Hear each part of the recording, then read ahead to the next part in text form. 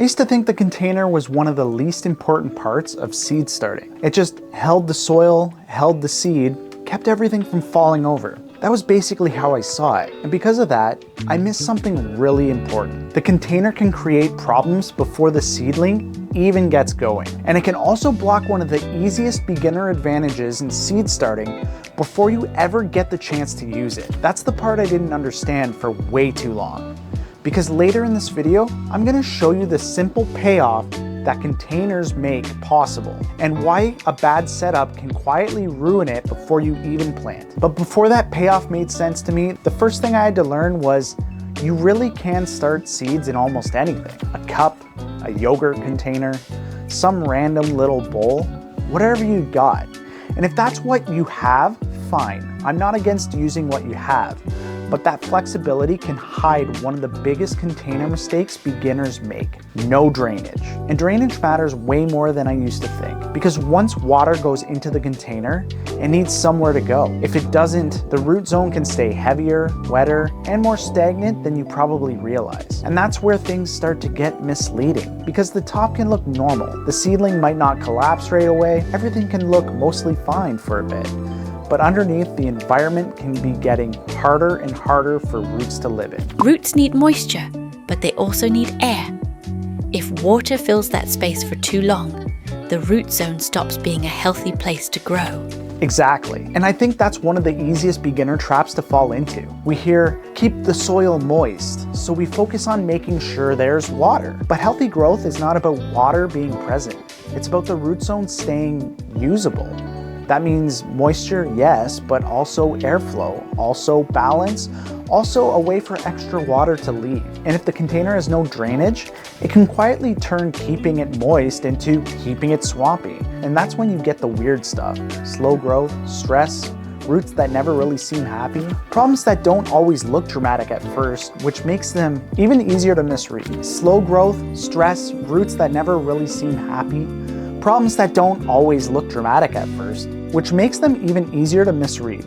So if all you've got is something like a cup, you can absolutely make it work. But I would make drainage holes, because that is not an optional upgrade. That is one of the most important parts of the whole setup. And honestly, reused nursery pots and proper seed trays are often a better choice anyways. Not because they're fancy, but because they're built for what you're trying to do. They drain, they're reusable, they're predictable. And predictable is a huge gift when you're still learning what normal even looks like. But even once I understood drainage, I still found a way to mess this up. Because having a container that drains properly is one thing. Filling it properly is something else. One of the easiest mistakes is packing the soil too tightly. You fill the pot, press everything down, and it feels neat and secure.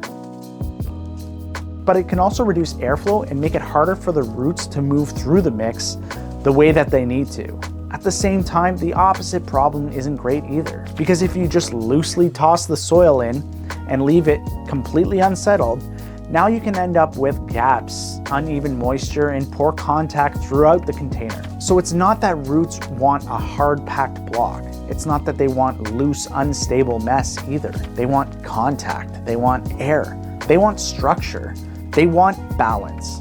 Healthy root space isn't about making the mix tight.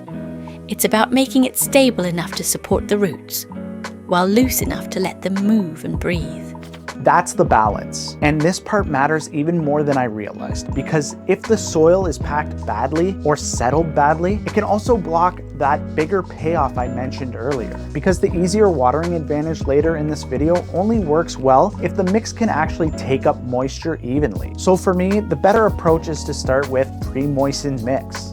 Not soaking wet, just evenly damp enough that it behaves like seed starting mix instead of dry fluff. Then fill the container without crushing it down. I like adding the mix, tapping the sides and the bottom a little to help settle naturally, and topping it up if needed. That helps the soil make good contact without turning it into a brick. It gives the roots a better environment. It creates a more even container, and it sets you up properly for that later payoff too. But even if the container drains well, and even if the soil is filled the right way, there's still another problem hiding in plain sight, and that's reusing containers without cleaning them properly first. Because reuse is fine. I reuse containers. I'm not acting like you need to buy new seed trays every season, but that old soil residue, old plant material, and potential pathogens can stick around longer than people think. And this isn't just about nursery pots, it's seed trays too.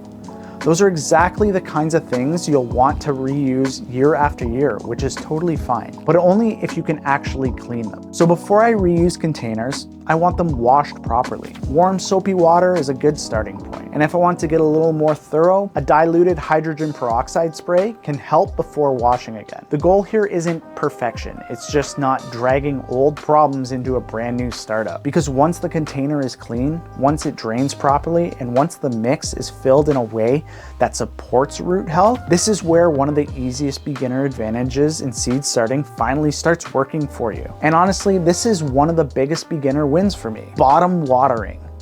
Because once you have drainage holes and once the mix is set up properly, the container can do something really helpful. Instead of always pouring water over the top and hoping it spreads evenly, you can let the container draw the moisture up from below. And that solves a lot, because top watering can be way more inconsistent than it looks, especially once the mix dries out too much. Sometimes the soil shrinks away from the edges, sometimes little gaps form, sometimes the water follows the path of least resistance and runs down the sides instead of actually re-wetting the root zone evenly. So you pour from the top, water comes out the drainage holes, and it looks like success. But that can be a false positive, because water came out the bottom doesn't always mean that the root zone got evenly rehydrated. When dry soil pulls away or water finds channels, the container can look watered without the roots getting the full benefit.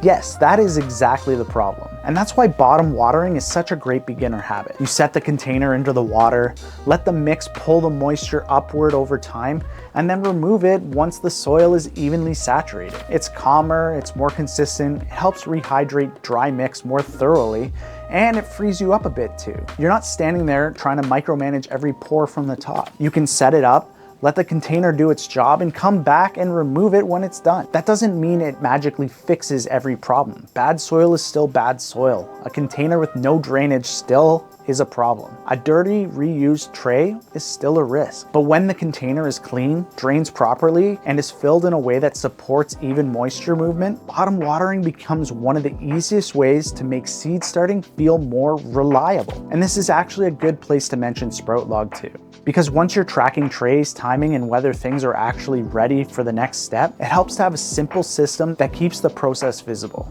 Even the readiness checklist helps here, because it stops you from treating every tray like it's at the same stage when it isn't. That kind of visibility saves a lot of sloppy decisions, and I think that's the real shift I wish I understood sooner. Containers are not just holding soil, they're shaping the environment. They're shaping how water moves, and they're shaping how the roots experience that mix. They can either support one of the easiest beginner-friendly advantages in seed starting, or quietly block it. So if you're setting up containers, I think about them less like random holders and more like a part of the growing system. Do they drain? Are they clean? Is the soil filled in a way that it supports roots instead of working against them? And are you setting yourself up to make watering easier instead of harder? Because when that part starts to make sense, seed starting feels a lot less chaotic. And once your containers stop fighting you, the next question matters a lot more. What are you actually starting? Because in the next video, we're moving into seeds, where to get them, how to choose them, and why bad seed decisions can create problems long before you ever blame your setup.